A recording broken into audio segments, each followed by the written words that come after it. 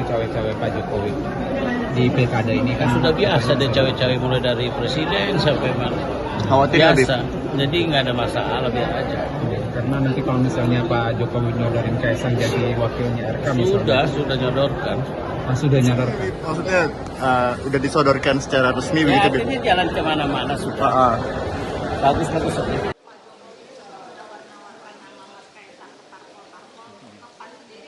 Loh, kan udah saya bilang dulu. Ingat nggak? Pernah dengar nggak dulu saya bilang? Saya ngomong Pak Jokowi, Pak, Kaisang boleh maju nggak? Nggak boleh. Pernah kan? Ya kan? Yang Mas Kaisang bilang itu kan Pak Zul gitu. Saya pernah tanya, Pak, gimana Pak kalau Kaisang begini-begini? Jangan Pak Zul, gimana nyuruh? Ya, orang saya tanya aja Pak Jokowi bilang jangan. Jadi nggak betul kalau nyuruh-nyuruh tuh yang ngomong siapa sih? Oh nggak benar, kapan sekjen PKS ketemu Pak Jokowi? Tahu dari mana dia? Ya kapan ketemunya? Kok kayak pernah ngobrol gitu? Nggak pernah. Saya ketemu nanya. Ayo, benar saya apa benar sana?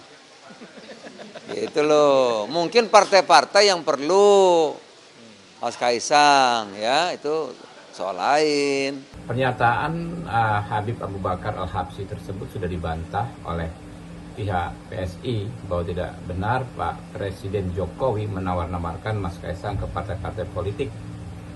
Ya, adapun mekanisme penentuan capres dan cawapres dari Partai Gerindra ini mungkin sama dengan partai politik yang lain, adalah kami menjaring aspirasi di tingkatan grassroots, lalu oleh pengurus secara berjenjang ditingkatkan, ya, disampaikan ke pengurus yang lebih atas, mulai dari DPC, DPD, DPP, lalu diputus oleh Ketua Umum atau Ketua Dewan Pembina, ya, yaitu Pak Prabowo Subianto.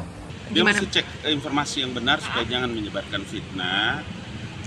Itu yang pertama, dan yang kedua, waktunya sudah selesai orang menyebarkan desas-desus, isu-isu yang terkait dengan mendiskreditkan Mas Kaisang dan lain.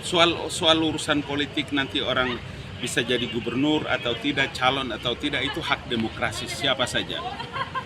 Apakah dengan Kaisang menjadi anak Pak Jokowi kemudian beliau tidak bisa mencalonkan diri? Itu kan pertanyaan pertama. Kenapa sih risih? Ada gatal, ada gelisah gitu. Tidak senang kalau orang itu agak cerdas menghadapi masalah-masalah politik gitu loh. Ya, jadi tidak ada hal yang harus kalau begini caranya nanti ada yang khawatir, ada yang gelisah, ada yang takut bersaing dan macam-macam. Ya, jadi suruh cek dulu data informasi yang benar baru ngomong, jangan ngawur-ngawur. Ya.